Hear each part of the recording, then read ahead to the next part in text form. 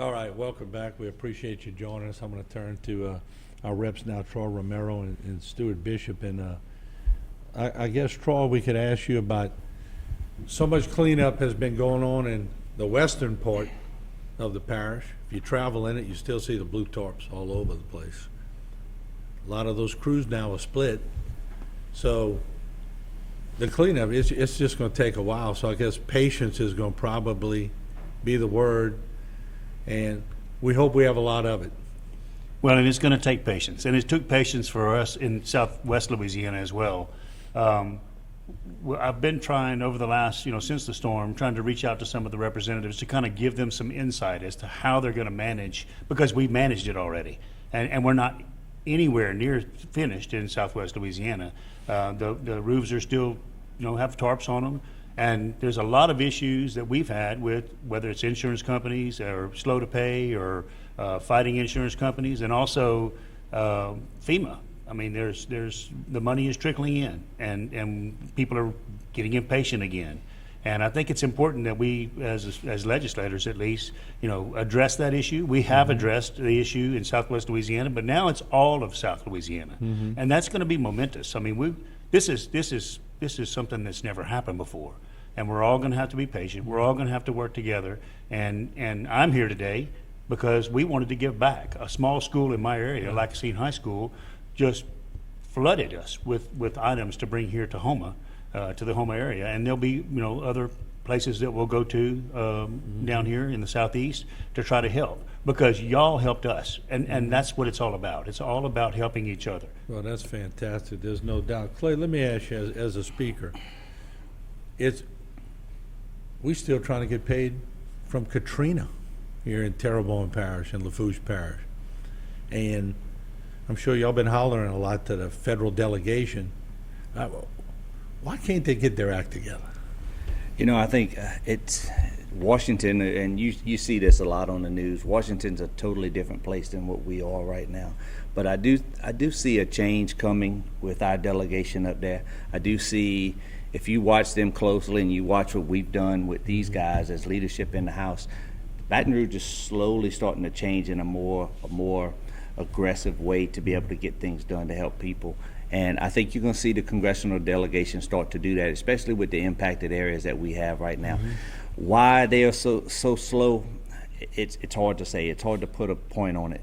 That they've always done that, and it's been dragging for years. So I look for us as a delegation, especially with these guys. They've always, Z and Tanner and Troy and Bishop, all of my legislators, we all come together and work well together. So you're going to see a big push out of Baton Rouge to be able to get those congressional delegation people moving and getting things done a little bit quicker than what we have in the past. So. Tanner, let me ask you this, because you talked about y'all got resources on the ground so quick.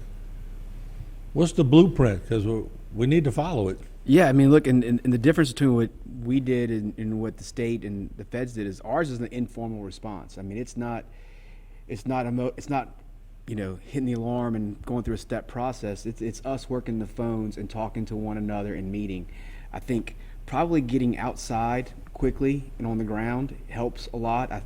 If I have a concern about how the response has run so far, a lot of it's taking place indoors in safe shelters, which is great, and you need that. There's no doubt about it. But you can't replace being actually on the ground in different areas and saying, I talked to 20 people today and they need toilet paper or whatever it is they need. And I can call Clay and say, can't find it in Terrebonne Parish. And he says, well, let me call Bishop in Lafayette and see what we can do. And then Bishop gets on the phone, I got a truckload coming in, it's gonna be there tomorrow. That kind of communication and response. And the key to that, and one of the problems we had this time across the board, is we as a state need to look at our communication partners, because it wasn't up to par. We were 2 days out before we could have a real phone call with somebody. I had to drive to Z's house to relay information to him that I knew he did not know. I had to pick him up in my car, knock on the door, and hoping he was ready, because I couldn't call him. I tried calling President Dove the whole way in, no response. You almost got to bring 2 cups and a long string, huh? You got to exactly. So we need because I think one of the things that slowed us down this time was definitely communications, and I think we need to make sure that whatever we do next time, the storm comes, we prepare for next hurricane seasons, we can be up on the ground with communications within minutes, not within days. Yeah, and this one just punched us right in the jaw. But Z, let's come to you, because you've worked with Garrett Graves so much over the years, and you've been on the ground floor. You could be fast, Garrett could be fast, but when it gets to the president's office or whatever, it could bog down. You just got to keep fighting through it, don't you? You fight through it, but you also, again, we mentioned earlier that you learn from the previous events and try to improve. The problem we had previously is FEMA would never afford an opportunity to make things better. As always, you have to rebuild what you have. You couldn't improve it.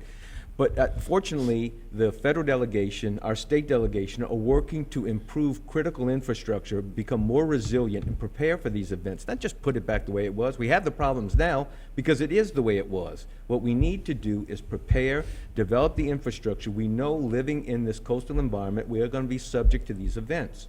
So when we have an opportunity and we need to rebuild like we're doing right now, let's build it with the intent of making it more secure, more resilient, and better prepared, and use those federal dollars to make the system better than what it is. And I know Garrett has been on the forefront.